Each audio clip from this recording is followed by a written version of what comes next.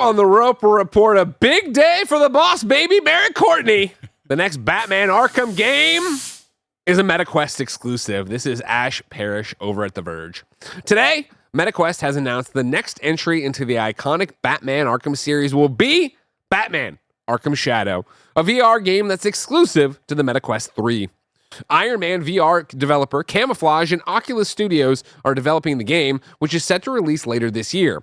Meta didn't share much about the game itself, giving us a short trailer featuring Batman's POV as he swoops over the grimy, rain-slick streets of Gotham. Batman Arkham Shadow is set to release exclusively on MetaQuest 3 later this year, and Meta wrote that you can expect more details about the game to be revealed during the big Summer Game Fest showcase on June 7th. Paris, I want your opinion, of course. Super Chats, I want your opinions, of course. But we got to start with Mr. Batman himself. Barrett Courtney, of course, who, as you know, loved the Arkham series and what it was, and did the replays, and on the anniversaries would come out and do all these different things. He, of course, has beaten Brainiac 15 times in Suicide Squad. He has had definitely touched Suicide Squad. How you doing, Barrett? I'm fucking tired, Greg. And this is the thing. We put up a reaction video of me watching that trailer for the first time. We did. Can see how tired I am and how disappointed I am. The 3 seconds of excitement that I had because I immediately recognized just like the vibe of the Arkham, like Gotham specific city, and then seeing the Quest logo. And I think people are taking that as like good old kind of funny shitting on VR again. They all just fucking hate VR. And it's like, VR's fine. VR's fun, whatever. I don't hate it as much as you and Blessing. But like, this is the first official Batman Arkham titled game in 8 years.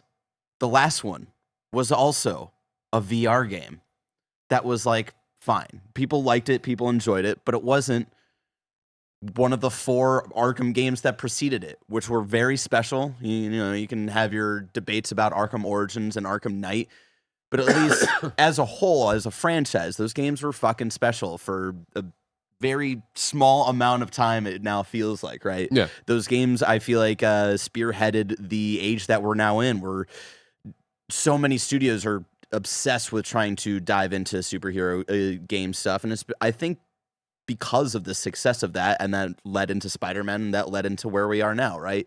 And it's been 8 years. The 2 main studios who are associated with those games are doing anything but making Batman Arkham games, and WB decides, you know what? It's time to people have been asking for this franchise. It's time to bring it back. It's time to do another VR game. Hey, we missed with Suicide Squad. Set in the Arkhamverse, people hate it, not doing well.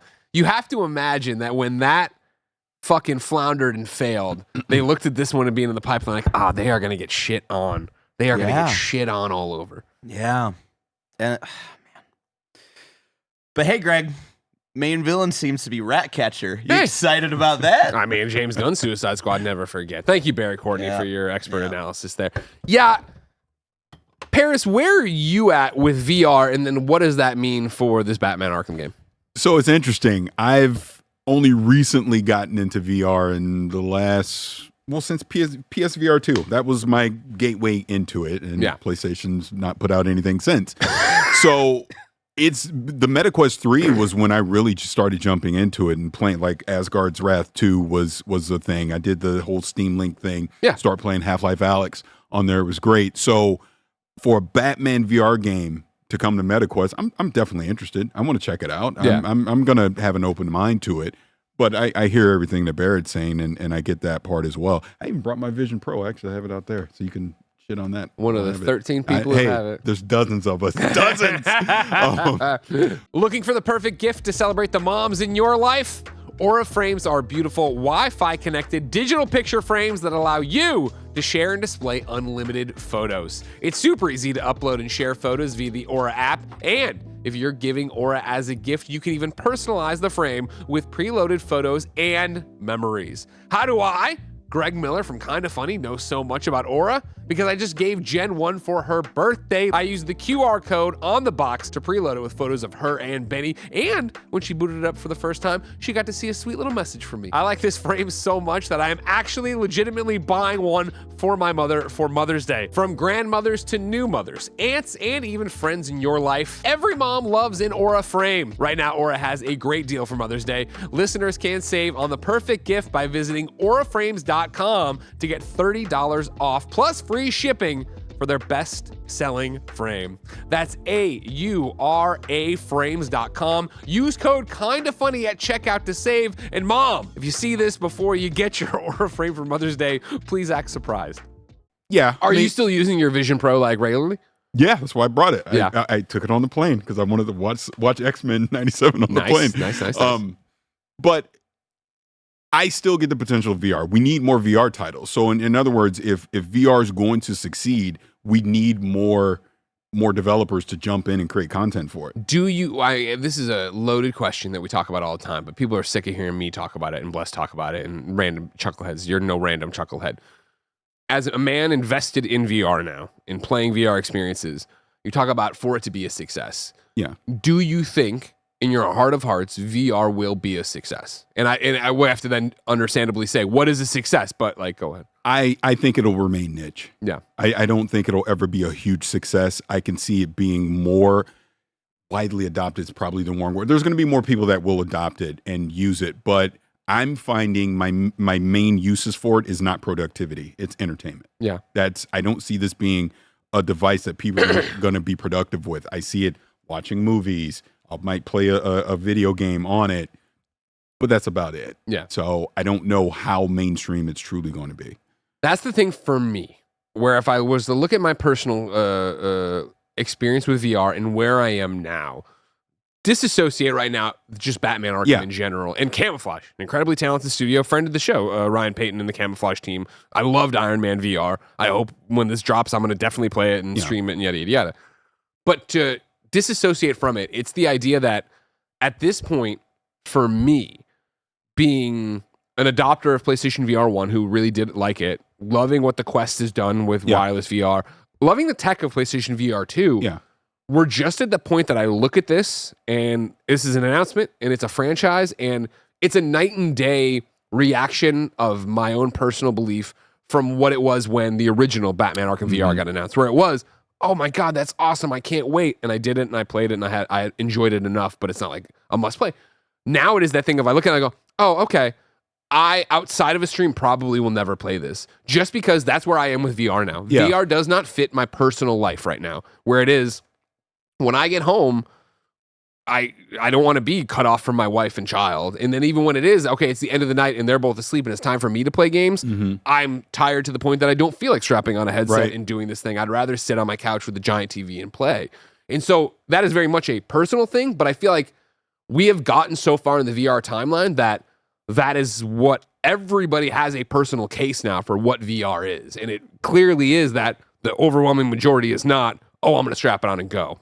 And again, I've said over and over again that I feel the quote unquote problem, and it's a Greg problem, with VR is that so many of these experiences feel like just that, experiences. It feels like an arcade experience, which I enjoy going to a Dave & Buster's here and there, but I don't go, I got to go back to Dave & Buster's today and finish that game I was playing. No, completely with you. Couple things on that. As far as, like you said, it being an experience. To me, Half-Life Alyx is the only game, one that I go, this is a game. Yeah. Asgard Wrath 2, pretty close. But if there was more Half-Life Alyx out there, I could see more people wanting to have that kind of experience, but play that game in VR. But part of the problem, and I'll bring the Vision Pro into this, because obviously I dropped the cash on it, I've been using it. It's such a solitary experience. That is the major problem with it. It's not a shared. The tech is super impressive, amazing, but I'm isolated in this thing. And to your point, I got to strap the helmet on, and now I'm cut off from everybody else around me doing whatever it is that I'm doing. That's going to ultimately be the problem with VR that I just don't know if they're going to be able to solve. Yeah, and that's again like, you know, even Half-Life Alyx, which I reviewed and did a Gamescast with Danny O'Dwyer back in the day about at launch, right? Like, I enjoyed that game, but even then I was like, it's great for a VR game. And I'd bring up like enemy AI where it's like they weren't like you're in these shootouts and it is just like the duck down and they'd come back up and it's like clearly they're targets to get around. Right. And there's cool things of reloading and tossing and the bottle physics and I'm like, there's cool shit in there. But again, so much of that is just I'm waiting for the VR game I play where I'm like, I have to play this at home. I have to make time. I have to do it. And I have had so much fun on these streams here at Kind of Funny with VR where it is, man, Ghostbusters Rise of the Ghost Lord. This feels like I'm a Ghostbuster. This is great. But I don't want to drag it home and bust it all out and try to get my friends to go do it or join randoms and go do this thing. Okay. Asgard's Wrath 2, right? Like, man, this is a full-fledged puzzling thing. I like this a lot. Cool. We do it at the stream here and I get it, but I'm like, the story of it didn't grab me where I'm like, I gotta go home and find out what happens. Like, that sucks. Like, 100%. I want it to be the full-fledged. I can't remember if you just said this a second ago, but it's the Dave & Buster's experience. Yeah. That's all this really is with VR now is if you go to Dave & Buster's, you play something fun. All right, that was cool. Now you go home and you're done. Back to this Batman thing again. I'm excited to see what it is. You know what I mean? I thought it was an interesting one to have him swooping through, doing the thing. Again, Camouflage, an incredibly talented studio that we love here. I did love Iron Man VR. Played that back in the day. It is a question for me then of like, so this has got to be a prequel. As Barrett points out in his reaction video, which of course is up on youtube.com/kindafunny, our highlights channel, and of course our social media, one of the things he calls out is like, this looks like the Arkham Origins suit, which I think is like, oh, that's interesting. So are we going that far back, and are we also then bringing back Roger Craig Smith? Because of course Kevin Conroy, rest in peace, he's gone. So it's like, how do you do this and make it feel like Batman Arkham, but not make it feel like you missed the mark with it and all these things? Again, Camouflage incredibly talented. I'll be interested to see. But. And they're showing this at Summer Game Fest, right? Yeah, that's the big announcement. Yeah, that'll be part of Summer Game Fest. Look at that. Yeah, I think that's the only way you can do it, especially like from what I understand of Suicide Squad, all you can do is go back. Yeah, so it's all right, here's the Arkham Origins sequel that we all waited for. I got 2 super chat questions or comments in here. Monty super chat and said, took the words right out of my mouth, Paris. Or, I'm sorry, Barrett. I'm adding the name so context is there. It's not just that it's VR exclusive, which already locks some fans out, but it's meta exclusive that locks fans like me who have a PSVR 2 out. It's always possible that might only be messaging for right now. VR is such a small space. You have seen people playing a little fast and loose with exclusives. Maybe eventually, maybe at Summer Game Fest, who knows, but isn't the studio owned by... they are, but if I'm Facebook, I'm trying to make fucking money here off of this VR shit. You know what I mean? These studios I bought. So maybe you do open it up because is this going to motivate people to do... I don't know. You know what I mean? Why would I put it on PSVR 2, a dead VR platform? Also true. You're not wrong. Again, and I think, obviously the wirelessness of the Quest 3 is pretty amazing, so we'll see. Hard to Find says, Greg, do you think a Superman VR game would get you in? What could they do in order to do so? Again, I'm not trying to throw it back in your face. They just did a Ghostbusters VR game that didn't make me go home and go, fuck, I got to play Ghostbusters nonstop. You know what I mean? So I don't know what it could be. For me, it is a story thing. It is when I look of why I hold out hope for Arkham Shadow, right, is the fact that Iron Man had a story that I enjoyed, that I went through, that felt like a video game, right? So to see what they learned from that and now to apply it to a Batman, I'm stoked about. However, I'm with Barrett from his live reaction of like, if it's swooping through the sky in the cape, I'm going to get so fucking sick. You know what I mean? Let alone be Superman doing it, right? Yeah, there you go. There's Superman for you. It's got to have a story. It's got to have a narrative. It's got to be compelling. We'll see if they can do it. And I do believe in the quality of the team over there, so let's go. And then the final one for VR, Nightlife Super Chat, and says, Marvel's Power United was a great VR game. Sadly, it probably got developed into what we have now as Marvel Rivals. Happy belated, Greg. Paris, hello. Yeah. Hi. Of course. Hi. Marvel's Powers United, of course, was a great VR game made, of course, by our friends, Sanzaru Studios, who went on to make Asgard's Wrath and Asgard's Wrath 2, which got a 10 out of 10 from IGN.